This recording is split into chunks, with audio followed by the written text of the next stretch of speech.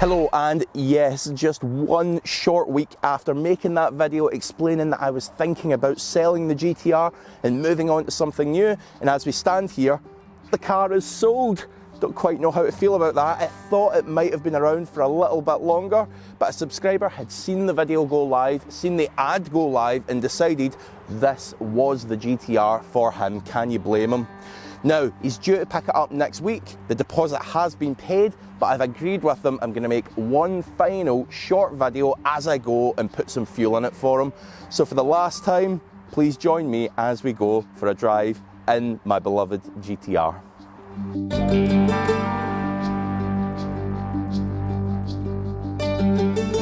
Now don't worry, I'm not about to hit you with some melancholy, sad video about losing my GT-R. I've loved owning this car, don't get it wrong for 1 minute. So consider this a bit of a homage to it, a bit of a tribute, a final drive. And as I start to look forward as to what's going to replace this GT-R, yeah, okay, you've got things like F430s, Gallardos that really aren't that much more budget to buy, but from a maintenance point of view, they just take so much more time, care, money, not to mention, than the old easy-going GT-R here. Okay, you could argue, right, but the GT-R isn't as special as those cars. But honestly, I think what makes a car special to someone is so subjective. And in popularity terms, the GT-R has spiked massively in the last 10-15 years or so.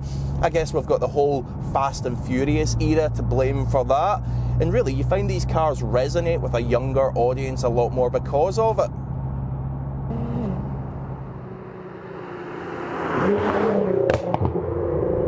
Now, if we're talking about the GT-R's Herculean performance figures, well, there are cars, at least on paper anyway, that are similar to it in that respect as well. Some of the older M5s, maybe even an RS6, okay, it's a much bigger car. M4s as well, okay, a little step down in performance, but still, on paper, not a million miles away. But personally, I don't think any of those cars are as special as the R35, and I think it comes down to one core reason. For me at least, the GT-R was a ground-up supercar. Each of those cars, well, they all share their same basic chassis with lesser models in the same range. You're not going to find a GT-R TDCi. I really do think what you end up with is the best of both worlds, because you've got this super special ground-up supercar steeped in heritage, but with a sprinkling of the very much needed reliability and lower maintenance costs when comparing it to some of the similar era outright exotic cars. So in a very real sense, the car that most closely matches the GT-R's best of both worlds approach, in my view, is probably the Audi R8, come to think of it, because that's still a very special Lamborghini-derived car, but with a decent dose of reliability, so it's not going to be in the shop every time you drive it.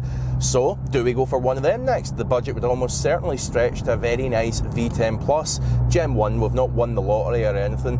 What do you guys think? Drop a comment below with your views on if it should be an R8, or if we should push the boat out and try and get something a little bit more special again.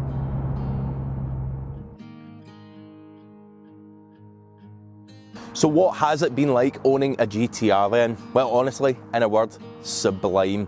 I think it was Chris Harris that said if you're into your cars and you're into driving, you should be prescribed 1 week a year with one of these cars, and I couldn't say it better myself, because it's such a unique driving experience, an extraordinary experience, but such a unique experience. And it's not just about the power, as I've said in previous videos, it's the way in which the chassis and that Atessa drivetrain handles the power in such a composed manner.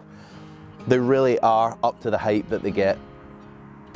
It's a car that, maybe in part due to its dimensions and sheer mass overall, you don't expect it to be overly engaging or dynamic, but believe me, they really are. Go out and drive one for yourself and you'll see what I'm saying.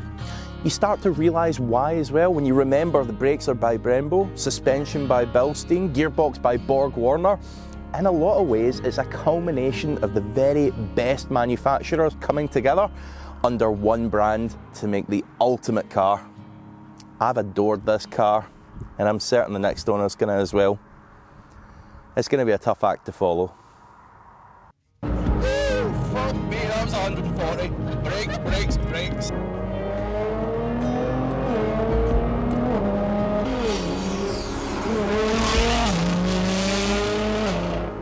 It's absolutely the best car that I've ever owned. It hurts. It's been when life has been a bit shit that this car has been a complete mainstay for me. This is the car that got me to the hospital lightning quick when my gravely ill family member needed me there. This is the car that when life has been a bit heavy has brought a smile to my face. I think we need to hear that again before making final judgment.